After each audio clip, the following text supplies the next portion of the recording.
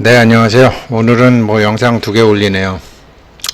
옆에 안중근 의사 글이 써 있죠. 경술련이니까 이제 우리가 그러니까 돌아가시기 얼마 전에 쓴 것 같아요. 여순옥중에서 쓰셨는데, 임무원료 난성배업이라. 이게 뭐냐면, 사람이 멀리까지 보고 근심하지 않으면 큰일은 이루기 어렵다라는 내용이었어요. 그 저는 이제 이 니콜라스 부부들이 뭘 하는 걸 보고 참, 파이코인으로 내가 대박이 난다 이런 걸 떠나서 이 두 부가 일하는 것을 보고 썸네일에 달았지만, 내가 젊었을 때 이 사람들 반의 반만큼이라도 세상 판을 읽을 수 있었다면, 근데 물론 이 사람들은 판을 읽기가 굉장히 좋습니다. 이 기술이라는 거는 다음 기술이 뭐다라는 것을, 이게 이제 이 정도 스탠포드 탑 클래스 정도 있으면 지금 어느 기술이 개발 중이고 어느 기술이 어떻고 하면 세상을 읽어갈 수 있거든요. 그런 면에서 요번에 이제 G20에서 암호화폐에 대한 나오는 걸 보고, 야, 이 사람들이 회사를, 그러니까 아마 2019년도에 회사를 만들었지만 5년에서 10년 앞은 보고 일을 한 거구나.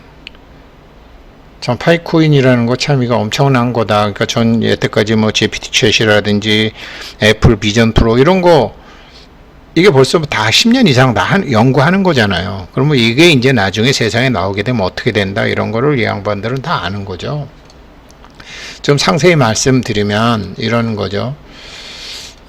원래 임무원료 난성대업은 이거를 보고 하는 게, 지금 챗 GPT가 분석한 비트코인 종말 시나리오 9가지 위험 요인, 이게 이제 10일, 그저께 이제 글로벌 이코노미 이태준 기자님이 정리해서 냈는데, 이 챗 GPT가 비트코인이 위험하다라고 한 9가지가 파이코인하고 해당되는 게 거진 없고, 파이코인에서 준비하고 있는 게 태반이에요.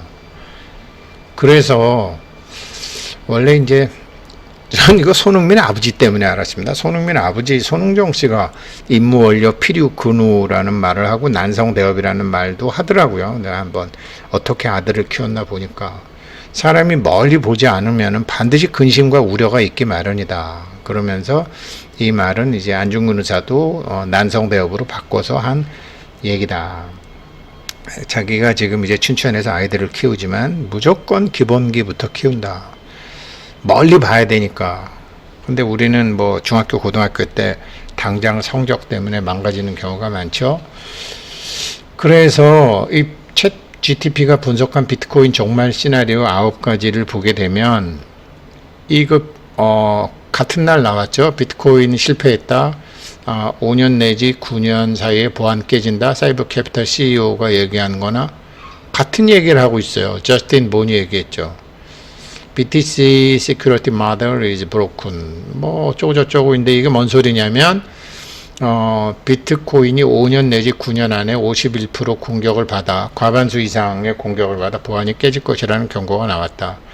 비트코인 초기 투자자이자 투자회사 사이버 캐피탈 CEO인 저스틴 본스가 9일날 비트코인이 실패했다라는 트윗을 제기했다. 이게 바로 이거죠. 그 이유는 비트코인 가격이 반감기 때마다 2배 이상 상승하거나 검증 수수료를 극단적으로 높여야 비트코인 네트워크 존속이 가능하기 때문이다. 현재의 비트코인 네트워크 검증 시스템, 작업증명, POW와 가치 저장만을 위한 비트코인 프로토콜로는 이와 같은 상향이 타개하기 어렵다. 그러면서 100년간 4년마다 가격이 2배로 오르거나 극단적인 수수료를 받아야 한다. 그래야만 현재의 보안을 유지할 수 있다. 가격이 4년마다 2배 상승하려면 31년 안에 비트코인 시총이 글로벌 GDP를 초과해야 된다. 말이 안 된다. 불가능한 가격 상승에 기대어 보안을 유지하는 것은 불가능하다. 이런 얘기를 이 양반이 10일날 했고, 똑같이 10일날 이제 이렇게 비트코인 종말 시나리오 9가지가 나왔길래 핀테크 전문 미디어 파인볼드에서 했는데, GTP 챗 프리미엄 인공지능 버전으로 했는데, 이거를 보니까 야, 이 사람들 부부는 준비를 다 하고 있었네, 이런 생각이 드는 거예요. 멀리 본 거죠.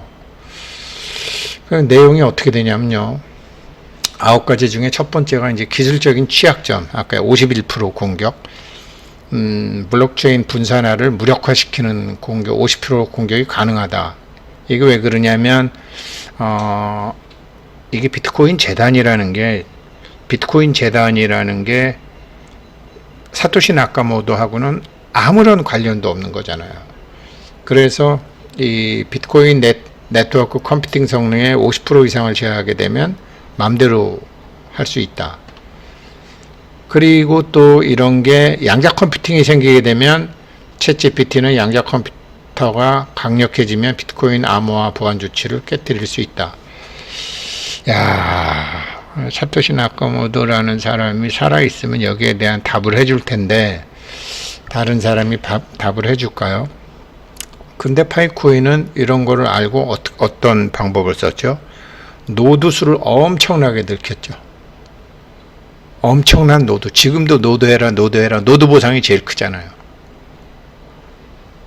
그래서 이거를 하게 되면 위험을 분산시킬 수 있죠. 그래서 인공지능 GTP 챗이 위험하다고 한 첫 번째 팩터는 엄청난 노드 숫자로 커버했다라는 거죠.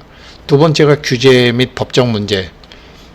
이게 비트코인은 금융 시스템을 우회하려는 사람들, 그러니까 미국의 스위프트 코드를 돌아서 이렇게 좀 돈을 보내려는 사람들, 이런 게 이제 매력적인 옵션이 됐는데 이게 전 세계 정부의 관심을 끌고 정부의 규제 대상이 될 수 있다 그랬는데 당장 뭐 지금 인도에서 열리고 있는 G20 정상회의에서 IMF하고 FSB가 공개를 했죠. 근데 이거를 이제 230여 개국의 법과 제도를 준수할 방법을 다 해서 이 무식하고 참 너무나 거칠은 KYC 방법을 채택하고 몇 년째 지금 끌고 나가고 있는 거죠.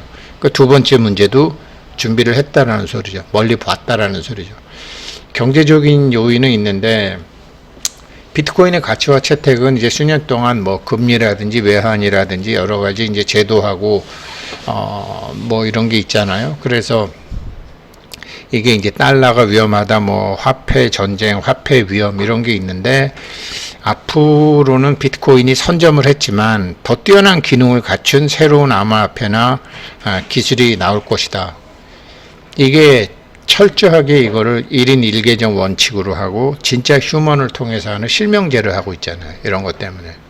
그러니까 이런 암호화폐 인공지능이 예측한 세 번째 요인도 파이코인은 극복하고 있는 거죠. 환경적인 우려는 뭐 지금 에너지를 너무 많이 쓴다, 지금 작업 증명 방식이다, 이게 참 문제가 있는데 저는 사실 이거를 좀 별거 아닌 것으로 생각했는데 이 작업 증명 합이라는 게 에너지가 엄청나게 많이 들어가니까 이게 비트코인의 지배력이 약화될 수 있고 사람들이 점점 더 환경에 대한 얘기를 하고 비트코인이 남긴 이 비환경적인 발자국이 여러 뭐 논쟁자들이 남아 있다라는 거죠. 그래서 지금 이제 비트코인 채굴자들이 재생 가능한 에너지원으로 전환하려고 노력하고는 있다. 그런데 이런 걸 근원적으로 그냥 탁 극복하고 넘어간 게 핸드폰 채굴 방식이잖아요. 그러니까 네 번째 채굴 방식도 이미 멀리 보고서 다 준비했다라는 거죠. 그리고 뭐 엘살바도르 같은데 이제 법적 문제로 이렇게 얘기했지만 이게 법정화폐로 했지만 이걸 반대하는 시위가 지금 계속. 네, 그리고 다섯 번째인데요. 다섯 번째는 지금 이제 뭐 엘살바도르 같은 데서 이제 그 법정화폐로 정했잖아요. 그래서 엘살바도르 같은 데서 법정화폐로 정해서 다른 나라도 법정화폐라고 할 것이라고 하지만 이게 엘살바도르 자체 내에서도 지금 사용 반대 같은 이런 뭐 이 나이 드신 분들 아시겠지만 하던 대로 하는 게 편하지 이걸 법정화폐로 하면은 비트코인 가격이 올라가도 문제, 내려가도 문제. 이게 왜 아인슈타인이 빛의 속도는 일정하다고 생각했냐고요. 빛의 속도가 빛의 속도는 고정되어 있는 거로 봤잖아요. 실제로는 고정되어 있지 않은데 왜 그랬죠? 비트코인 빛보다 더 빠른 게 없으니까.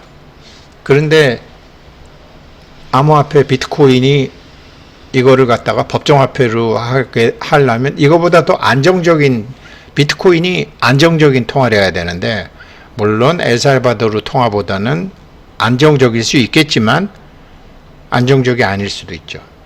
그래서 이런 문제 때문에 이제 확장의 위험이 있다. 가장 안정적이어야 되는데 비트코인이 과연 그렇게 가장 안정적이고 오르기만 할 것이냐. 확장 문제가 있다. 그리고 보안이 인간이 만드는 것에는 허점이 있는데 그것이 꼭 보안이 유지되겠느냐. 양자 컴퓨팅이 나오면 또 바뀌는데 이제 이런 거죠. 근데 파이에는 이 무제한 확장이라는 개념이 없어요. 어제도 말씀드렸지만 무한이라는 건 단지 개념적인 무한이라는 거죠. 10억 명이라는 숫자도 마찬가지죠. 1000억 개라는 숫자도 마찬가지죠. 이거는 제한된 무한이죠. 제한된 무한을 의미를 해서 이제 이렇게 하는 거죠.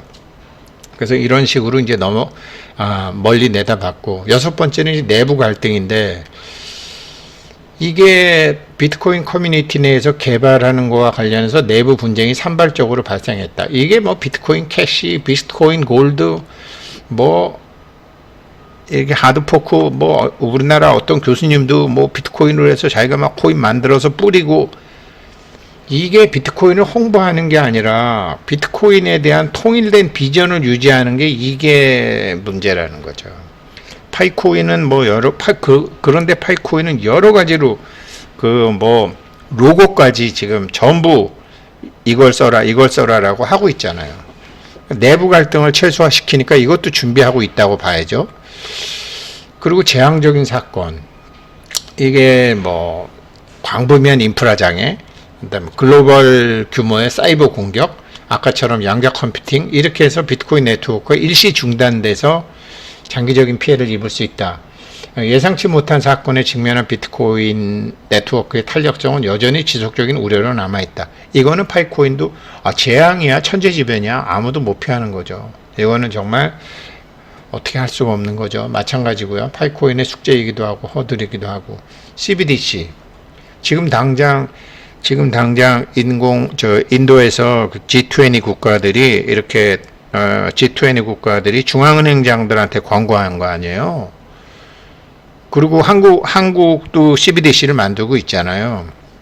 그런데 이 CBDC 자체가 문제가 있기 때문에 CBDC를 대체할 만한, CBDC가 좋은 건 알지만 아무튼 권력 가진 사람들 속성은 사람들을 통제하고 들여다보고 알고 싶고 체크하고 자기 손바닥 위에 올려두고 싶은 게 그 본능이잖아요. 그래서 빅 커뮤니티를 만들어 갖고 넘어가겠다. 그래서 커뮤니티 화폐라고 그래서 화폐 혁명을 하니까 이 8번 인공지능이 예상한 위험도 이미 멀리 내다보고 근심을 피했다라는 거죠.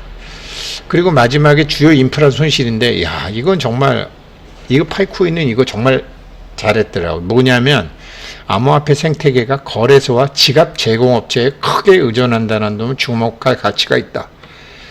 따라서 챗 GPT는 주요 거래소나 지갑 제공업체가 무너지거나 심각한 보안 문제에 직면할 경우 더 넓은 암호화폐 생태계에 대한 신뢰가 약화되고 비트코인 영향을 미칠 수 있다고 주장했다. 따라서 암호화폐 세계의 인프라를 보호하는 것은 신뢰와 안정성을 유지하는 데 필수적이다. 파이코인은 파이 월릿을 파이 브라우저에 만들어 놨잖아요. 그러니까 지금 굉장히 멀리 내다봤죠. 문제는 거래소잖아요. 그 거래소는 지금 미국의 SEC가 미국에 있는 거래소 크라켄이니 바이낸스니 중국 거래소는 애시당초 믿지도 않을 것이고 믿을 수도 없고 믿어서도 안 되고, 그래서 지금 코인베이스, 미등록 회사인 코인베이스하고만 지금 열어두고서 얘기를 하고 있잖아요. 그래서 제가 영상 올렸던 댓글에 파이 브라우저 상에 거래소 만들어도 된다. 예, 맞아요. 그럴 확률이 굉장히 높아요. 파이 고유 거래소를 만드는 거죠. 아니 뭐 파이 내 보험에서도 막 생태계 내에 걸어져 있으면 안 돼요? 당연히 있어야죠. 그래서 주요 인프라 때문에 생기는 손실은 이게 파이 고유지가 파이 고유 거래소로 해결이 될 것 같다라는 거죠. 그래서 정말로 우리 사람이 멀리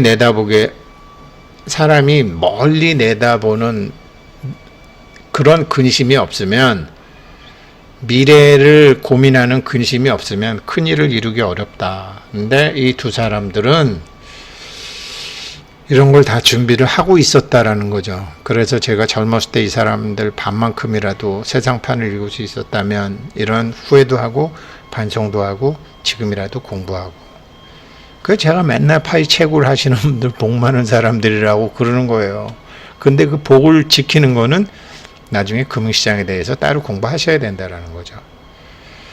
네, 감사합니다.